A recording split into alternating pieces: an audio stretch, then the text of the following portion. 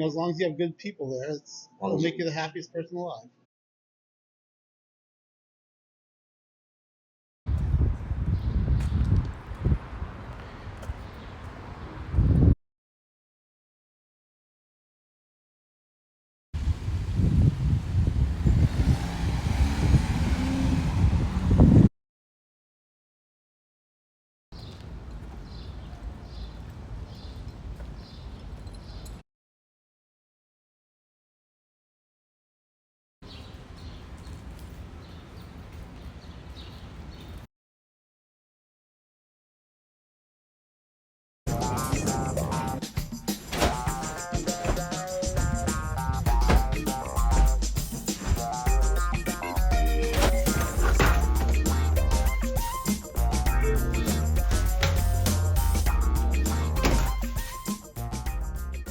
Hello, and welcome to the fifth episode of Laid Off and Traveling.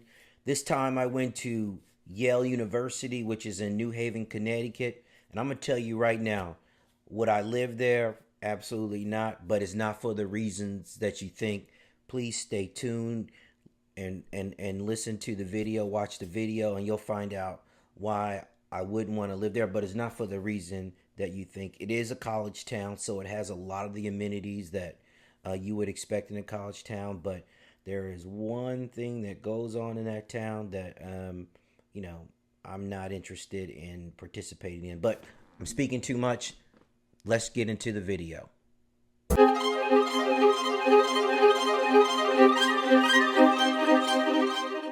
Yeah, Yale was founded in 1701, and of course the United States was founded in 1776. So, yeah, Yale is 75 years older than this country. I bet most of you did not know that. So, Yale was actually started by Puritan ministers seeking to preserve European style education in the New World. Yale originally started in at a place called Saybrook, Connecticut, but then in 1716 moved to New Haven, where it currently resides. Yeah, so who knew that Puritans cared this much about education?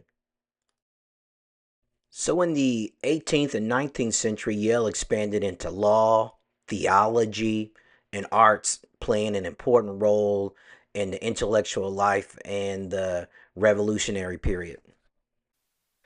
By the 20th century, it grown into a global academic leader. It added medical, business, and other professional schools to its curriculum. Of course, lots of presidents and Supreme Court justice and Nobel Peace laureates came out of Yale. Yeah, Yale is a big deal on the academic level. Yeah, today Yale has about 14,000 students across the undergraduate and graduate programs. And when you look at these photos, I mean, these kind of are some who's have graduated from Yale. Like, I didn't know Angela Bassett went to Yale, and Supreme Court Justice Sotomayor, and all these actors, and the founder of Pinterest. He's that guy up in the upper left hand corner, and then Paul Grutman, and all these great people. So one of my viewers reached out to me and said, "I like what you're doing, but when you're going on these travels, can you talk about the weather a little bit while you're there?" And I said, "Sure." I will tell you, living in Florida and going to visit New Haven, Connecticut, where Yale is, it was great. As you can see, the temperature was a high 81, but it got down to 61 degrees, and it felt awesome. So summertime is a great time to go, and obviously winter is not, because it's a lot of snow. But if you like snow, go.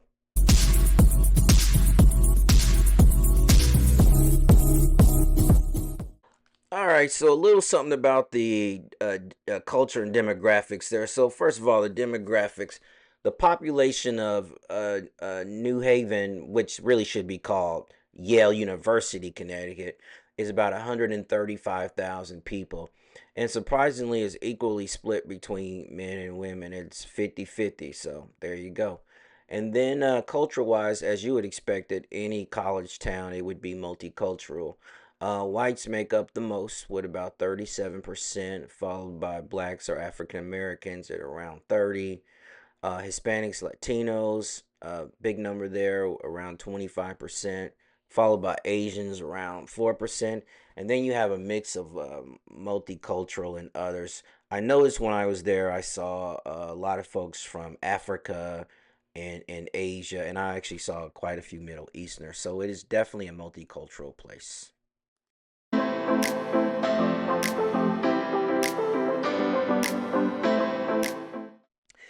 So with tourism, let's just keep it real. If you're going to New Haven, Connecticut, you're going to Yale to get your academics on. You're not going there as a tourist. So obviously, Yale is not a tourist tourist destination, or the city of New Haven is really not a tourist destination. However, when you do visit, you will see Yale's iconic campus architecture, including a lot of Gothic style buildings, which include the Sterling Memorial Library and the Bernanke Rare Books and Manuscript Library. And also, you'll see like Yale University Art Gallery as well as Yale Center for British Art. So, if you like museums and you like art, it's a great place for that. Also, they have this feature which is across the street from Yale, and it's been around a long time. It's called the Historic New Haven Green. It's basically just a giant park that's been well manicured, and it's a nice place to hang out and people watch. And there's some other things you'll see there, but that's a whole nother story.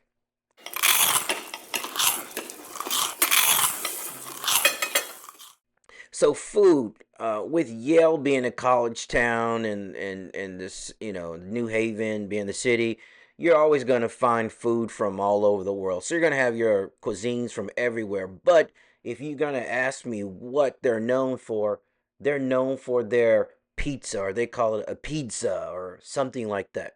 But there's three places that are known for it. It is Frank Pepe's Pizzeria Neapolitan. They're known for their white clam pizza. Then you got Sally's pizza, which is their classic tomato pie. And then you have the modern pizza, which is known for their slightly softer crust. So when you're in New Haven and when you're in Yale, the food to go to is definitely the pizza.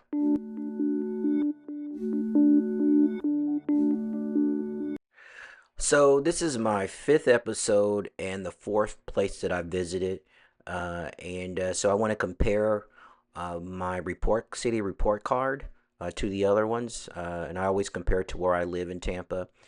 So when you look at the six categories and we're strictly only comparing the places I've been to, you'll see that Raleigh, North Carolina is still number one in education. Baltimore is still number one in diversity. And of course, when you have high education, you have a really good job market. So Raleigh's number one with job market. But, when you look at food and walkability, Yale University or New Haven, Connecticut becomes number one of the other four that's here. It is easy to walk around, and with it being a old college town, they have a plethora of food options you can select from. And then when it comes to stuff to do, Baltimore is still number one. It just has a lot more options of different entertainment and things you can get done there. So Baltimore, once again, for the total GG score is number one, followed by New Haven, Connecticut, number two, Raleigh three, Tampa four, and then Savannah's the fifth. Uh, would I choose Baltimore or Yale, New Haven to live over Raleigh? No, I would still choose Raleigh number one. I think it's still the best option, even though it ranks fifth in diversity. It is a very diverse place. It's just not as diverse as these other places. And as you see, when I do more episodes, you'll see Raleigh actually start to go up in diversity. But these areas here are probably some of the most diverse places in the entire country. So Raleigh would still be my choice to live. I wish it was a lot more walkable. It's just not. You will need a car in Raleigh, but it's still my number one option.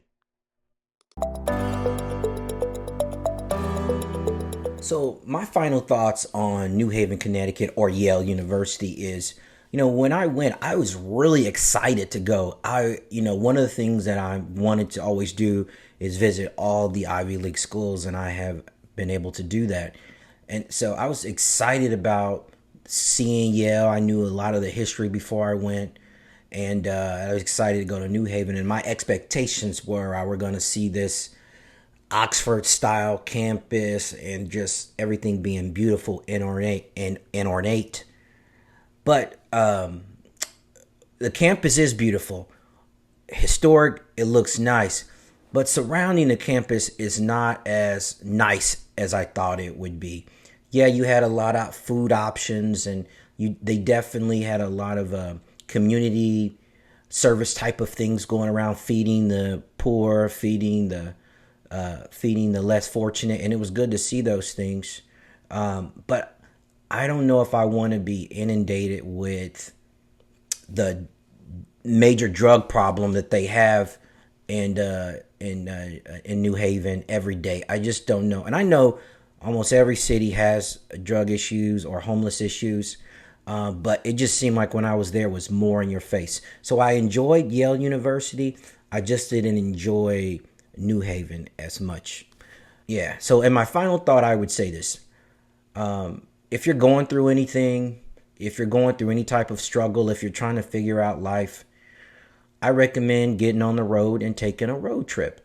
It has provided me a lot of clarity in my life. It allowed me to think, and I listened to a lot of self-help books while I was driving, and I have a new level of clarity about myself and about life and about the direction I want to go. And ever since I did that, I've been really successful. I've had lots of job opportunities thrown my way. I've been able to work on my YouTube. I've been able to help out my neighbors, help out my community. I joined another board. I joined an association. So it's really given me another level of clarity. So I recommend getting on the road if you're going through something.